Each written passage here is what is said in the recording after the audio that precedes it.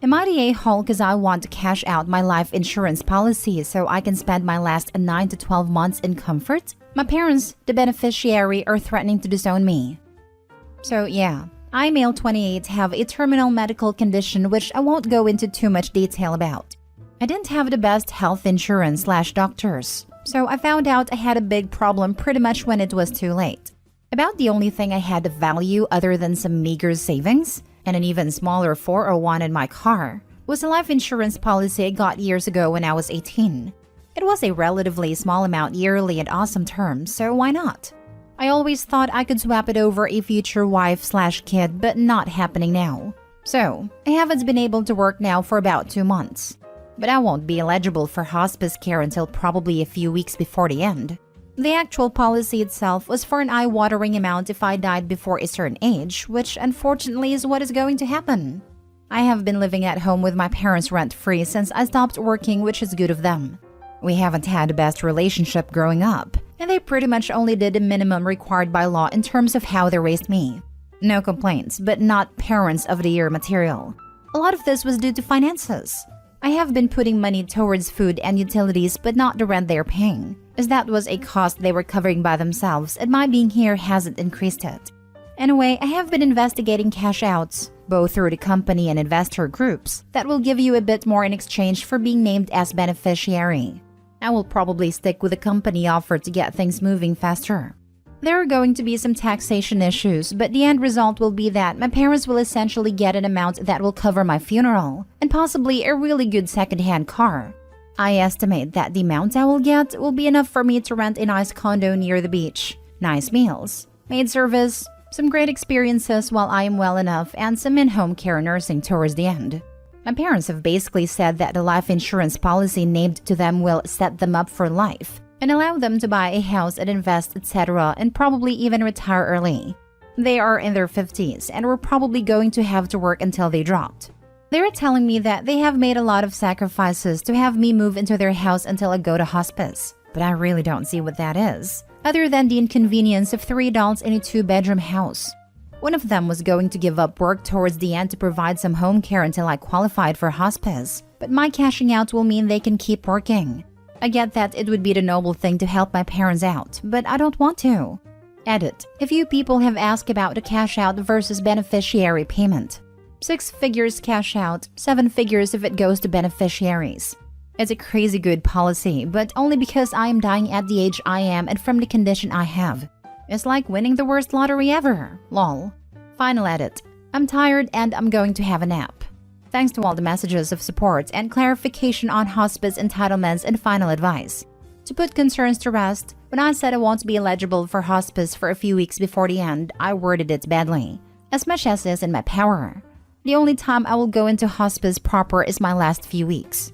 I am young and strong, and I plan to spend as much time by the sea until I can't. Let's see if life screws that up for me too. Lol. I will be meeting up with the social workers soon and making sure I claim everything I can. I love my parents despite the past, and my family, and I know this is putting a terrible strain on all of us. And I hope they will forgive me and keep the best memories on top. That's all, everyone. Take care. Now for the top comments. Not the a-hole.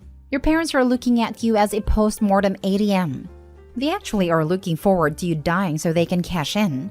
Take the money and spend it how you wish. Right? What was it you said about naming one of the insurance companies as benefactor getting you more? Because I'm thinking that sounds good. Your parents sounds like ghouls, acting like their child with a terminal illness is some kind of lottery winning. It's utterly repulsive. I'd make a will and stipulate they get exactly enough to cover your funeral and final expenses, and have the rest go to the insurance company or a charity you care about. Or literally anyone but the people freaking rooting for you to die so they can cash in. Not the a-hole. It's your life, OP. It's your money, and you deserve to be able to live this time as you truly want. I would repay the funeral so they don't get buried in a cardboard box. Someone else said prepaying my funeral and making arrangements now would be a good gesture from my parents. I think it is a good idea as well. If you don't have long to go, you should be spending it as happy and comfortable as you are able to. Besides, it's your life insurance. It's your money. It's a kindness already to leave enough to cover funeral costs. Your loss shouldn't be their gain. They should want the best for you while you're here. Not a-hole. Thanks for that, man. Yeah, no parent should have to bury their child, so I think it's responsible for me to cover the costs. I am pretty sure my siblings and I will have to pay to bury my parents when their time comes, as saving money/earning money has never been their best point. It won't be my problem though, lol. Next story. Am I the a-hole for telling my dad he chose his second family just like his dad did? My parents had me at a young age. I'm now almost 29 and my parents are both in their mid-late 40s. Growing up, I saw my granddad, my dad's dad, a lot. But now me and my siblings don't exist to him and he hasn't spoken to my dad in years.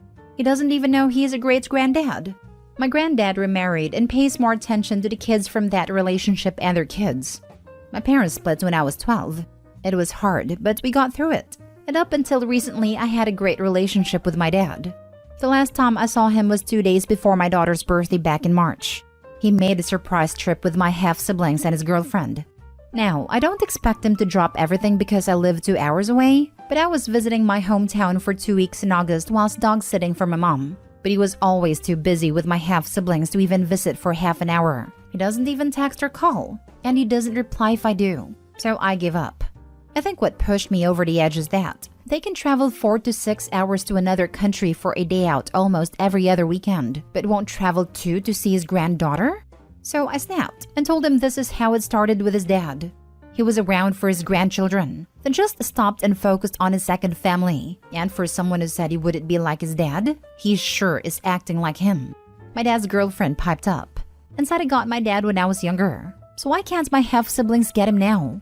I told her it's not about me. It's about my daughter knowing her granddad as he is the only person she doesn't know. At that point, she called me an a-hole for trying to ruin my half-siblings' childhood. Just to add, my dad lives with his girlfriend and half-siblings, so it's not like he only gets to see them every other weekend or every weekend. So am I the a-hole? Not the a-hole. What really gets me is his girlfriend's comment that you had him when you were young. As if growing up means he is no longer your father and you aren't meant to want time with him. I find that extremely entitled of her, because she really is prioritizing her children. No doubt he has a responsibility to them too, to provide for them, etc., but your ages doesn't make you any less his child. She's selfish and entitled, totally. You didn't mention what your dad's reaction was though, and that's what matters in my opinion. He didn't say anything about that. If I'm honest, I don't know why he's still with her. As with that relationship, she says jump and he says how high. It's not a very good relationship all around. I guess it stays for the kids. Not the a-hole, but don't bet on your dad. It hurts, like a lot, but better write him off now. Maybe a last try would bring closure. Sit down with him, alone, and have a sincere conversation. I'd love that, but he can't go anywhere without her, or she doesn't let him. And if I say something, I'm in the wrong. If she really doesn't let him go, he is a victim. But even though we want to help them sometimes, for our own sake, we have to let go of them or take some space. Tell him you're done, but if he ever wanted to talk, he can call. Try to free yourself of waiting for something you have no influence on. Next story. Am I the a-hole for selling my house which could cause my in-laws to be homeless? My wife was diagnosed with cancer 2 years ago. She fought as hard as she could for as long as she could, but she sadly passed away 6 months ago. We never had kids, and both were very career-focused. After my wife's diagnosis, she wanted her parents to move in with us because they lived on the opposite coast of the US, and she wanted to spend as much time with them as possible. Our house had plenty of room for them, and I wanted to make my wife as happy as possible with the time she had left, so I agreed. Her parents are both retired, but they aren't exactly well off. We never asked them to help pay for anything while they lived with us. There was enough stress in our lives already, and none of us wanted to add financial issues to that. They helped with groceries from time to time, but we never asked for more than that. Lately, I've been struggling a lot with my grief. I feel like a lot of it is connected to our house and everything in it reminding me of my wife. I break down a lot over the tiniest stuff. My in-laws still live here, and as far as I know, they haven't made any arrangements for moving out. For the last month or so, I've been contemplating selling the house and pretty much starting over somewhere new to try and get away from so many triggers. I finally talked with a realtor a couple weeks ago, and I'm pretty much set on moving forward with selling the house. I brought it up with my in-laws over this past weekend, and it did not go well. They accused me of wanting to erase the life that my wife and I built here. But they accused me of wanting them out of my life now that my wife is dead. They told me they have nowhere else to go and I would basically be making them homeless. I can completely understand their anger and fear, but also this isn't their house nor their decision. I am simply wanting to move on from my lowest point in my life. I do not want to erase anything that my wife and I built together. But I also don't think I can continue living in this house. It's just too heartbreaking and I don't like crying every time a memory gets triggered. I ended up telling them that they are free to stay here for as long as it takes to sell the house. But I recommended that they start looking into making their own arrangements. Father-in-law asked if I would be willing to rent the house to them so that they don't have to find a new place. But when I told him what I would expect for monthly payments, he scoffed at it and called me out for trying to capitalize on their grief, and that their daughter would have never wanted this. Neither one of them is talking to me now, and there is definitely palpable conflict in the air. I don't like that it has come to this, but I am making a decision based on what I think is best for me right now. I feel bad for the situation it puts my in-laws in, but I can't be responsible for their feelings in addition to my own right now.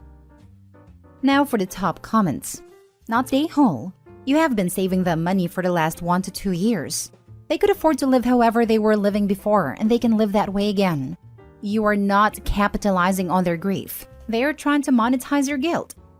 If anything, mother-in-law and father-in-law are capitalizing on Opie's grief. They knew moving in that they were there to spend the rest of their daughter's life together.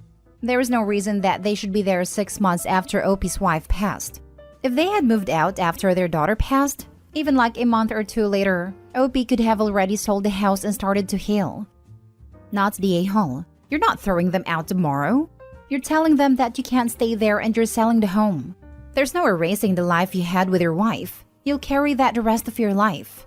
You're entitled to doing what is best for you. Also, how did they think they wouldn't have to pay something to rent?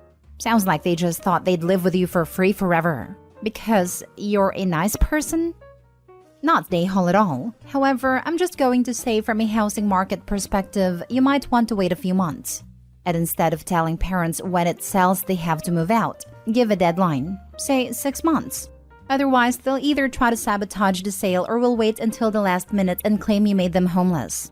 So sorry for your loss, and I hope a new place will help you heal. I don't care about a market. I just want to stop having breakdowns every time I have a triggering memory over something silly, like finding a beach towel my wife used on a vacation we took. Last story. Am I the a-hole for not moving out of my brother's house? My brother, 42 male, and his fiancée, 39 female, are getting married. I, 36 male, live with my parents who are in their 80s. My brother pays rent for the home. However, he lives in his apartment but will soon be moving back into his house and told me he wants me to move out, knowing I can't afford my own apartment. I am a military reserve part-time soldier and my brother is a mailman and realtor.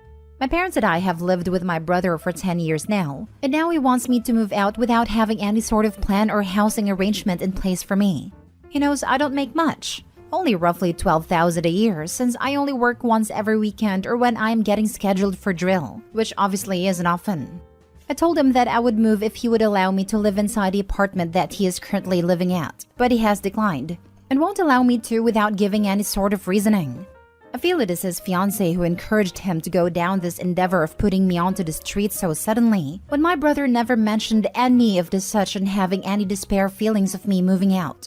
In our culture, it is common for family to live together under one roof. I told him there is no way I'm moving unless I'm being allowed to stay in the apartment. You're the a-hole just thinking you could get by on a reservist's salary. You're the a-hole for thinking that it was perfectly acceptable and adult to have your brother, not even your parents for Pete's sake, pay your way through life. You're the a-hole for believing that any other adult would and could continue to pay for your lifestyle forever. I mean, come on, what was your plan had your brother died tomorrow? You're the a-hole for trying to shift the blame onto your future sister-in-law. That's some messed up sexist nonsense to assume that. But even if it's true, you're the a-hole for now expecting someone else to have to financially support your obviously capable but lazy butt. You're the a-hole because in all of this, not once did you think about how any of this is going to affect your geriatric parents.